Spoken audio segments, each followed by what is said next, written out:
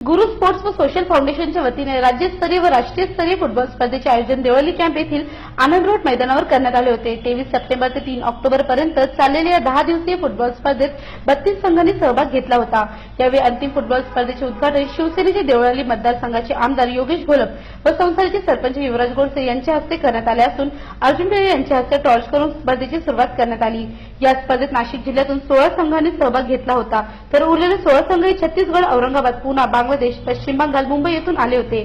यावेळी फुटबॉल स्पर्धा सुरू होण्यापूर्वी अंतिम फेरीत पोहोचलेल्या औरंगाबादच्या दोन्ही संघांनी एकमेकांना शुभेच्छा दिल्या। या प्रसंगी व्यासपीठावर माजी खासदार राजाभाऊ गोडसे, माजी पालकमंत्री बबनराव घोलप, कॅन्टोन्मेंट बोर्डाच्या नगरसेविका प्रभावती धिवरे, शिवानंद इलेक्ट्रॉनिक्सचे संचालक व उद्योगपती महाराज बिरमानी, सतीश मेवानी, नवीन मुंबईचे तहसीलदार सुहास खामकर, नाशिक शिवसेना जिल्हा प्रमुख विजय करंजकर, देवळी विधानसभा संघटक हनुमंत देवकर, हृदयरोग तज्ञ डॉक्टर अनिरुद्ध धर्माधिकारी, नवीन मुंबई वाहतूक निरीक्षक Shamrao Shinde, Prakash Gelani, Sunil Pille, Uttarrao Shinde, Prince Lamba, kick boxing Russia सुवर्ण पदक विजेते शेखर पाटोळे, भगूर नगर परिषदेचे नगरसेवक दीपक बलकवडे, मनोज पोटिया, निसार खान उपस्थित होते।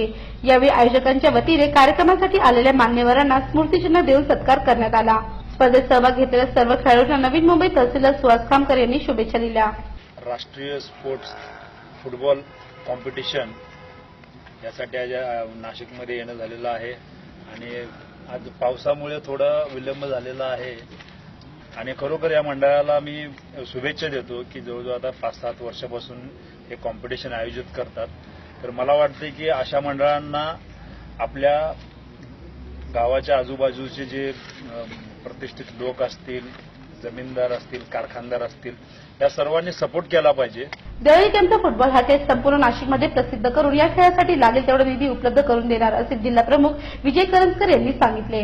कुठल्याही स्पोर्ट्स खेळासाठी यानंतर तुम्ही केव्हाही ऍज पर विजय करंजकर आपल्या परिसरातला हा खेळ आहे आणि या खेळासाठी तुम्ही केव्हाही मला सांगा, मी तुम्हाला 10 आमदारांचे पत्र पण देईल, खासदारांची सुद्धा पत्र देईल आणि निश्चितपणे हा देवळी कॅम्पचा हा जो आपला खेळ आहे हा आपण संपूर्ण नाशिक जिल्ह्याला एक प्रख्यात खेळ म्हणून दाखवून देऊ। देवळी कॅम्प सारखे फुटबॉल प्रेमी बाकी कुठेही नाही आणि देवळी कॅम्पचे प्रत्येकीदृष्ट्या वेगळे वैशिष्ट्य आहे अशी माहिती योगेश घोलप यांनी दिली। मी अर्जुन भाऊंना सांगू इच्छितो की आपण संपूर्ण नाशिक जिल्हा जर बघाल तर आमच्या देवळी सारखा फुटबॉल प्रेमी आपल्या नाशिक जिल्ह्यात आपल्याला कुठंच बघायला भेटणार नाही। मागच्या वर्षी म्हणजे मी तर दरवर्षी या कार्यक्रमाला उपस्थित असतो, पण मागच्या वर्षी पूर्ण पावसात पूर्ण ऑडियन्स संपूर्ण मॅच संपेपर्यंत हल्ली नव्हती। देश विदेशातल्या चांगल्या स्पर्धकांनी यात सहभाग घेतला आहे असे हृदयरोग तज्ञ डॉक्टर अनिरुद्ध धर्माधिकारी यांनी सांगितले। असं म्हटलं जातं की देवळाली हा नाशिक जिल्ह्यातला फुटबॉलचा बालेकिल्ला आहे। आता जसं माझे सहकारी श्री अर्जुन ढेरे यांनी सांगितलं की जिल्हा संघटना तयार झाल्यामुळे आपल्याला या खेळाडूंना राज्य स्तरावर, राष्ट्रीय स्तरावर संधी देता येईल। यापूर्वी गेली 28 वर्ष नाशिकमधले गुणवंत खेळाडू दुसऱ्या जिल्ह्यांच्या संघांमध्ये सहभागी होण्यासाठी धडपडायचे, कारण नाशिक जिल्ह्याला कुठला ऑफिशियल संघ नव्हता।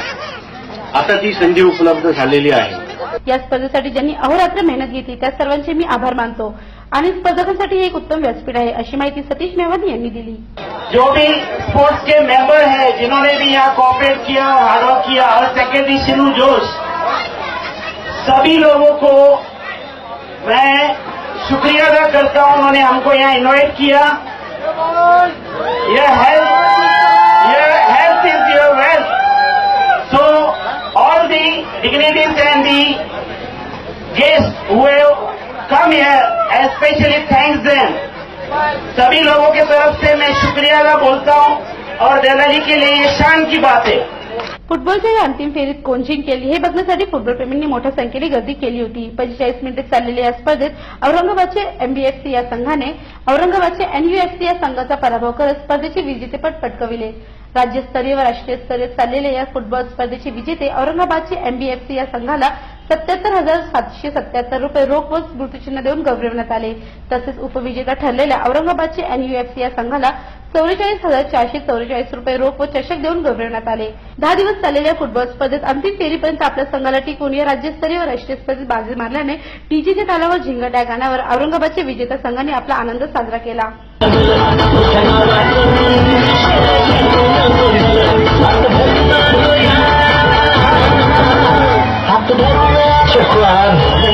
या स्पर्धेच्या यशस्वीतेसाठी गुरु स्पोर्ट्स सोशल फाउंडेशनचे संस्थापक अध्यक्ष व भगूर नगर परिषदेचे माजी नगरसेवक राजाभाऊ सोनवणे, शिबू जोश, सदस्य शिनू जोश, वाजिद सय्यद, दत्ता सजगुरे, जमील सय्यद, विनोद सारस, प्रकाश केलाली, निलेश बंगाली, सलीम खान, अफजल बेग, मनीष चावला, मनोज गायकवाड, रिजवान खान, मनोज यादव, विक्रम नागरे, राहुल काळे, अविनाश काळे, सचिन भालेराव, एल्विन पिल्ले आदींनी प्रयत्न केले. तसेच कार्यक्रमाचे सूत्रसंचालन प्रशांत कापसे यांनी केले असून जिशान खान यांनी आभार मानले. नाशिक सिटी न्यूजसाठी video journalist Bharat Chavan, Deoli camp.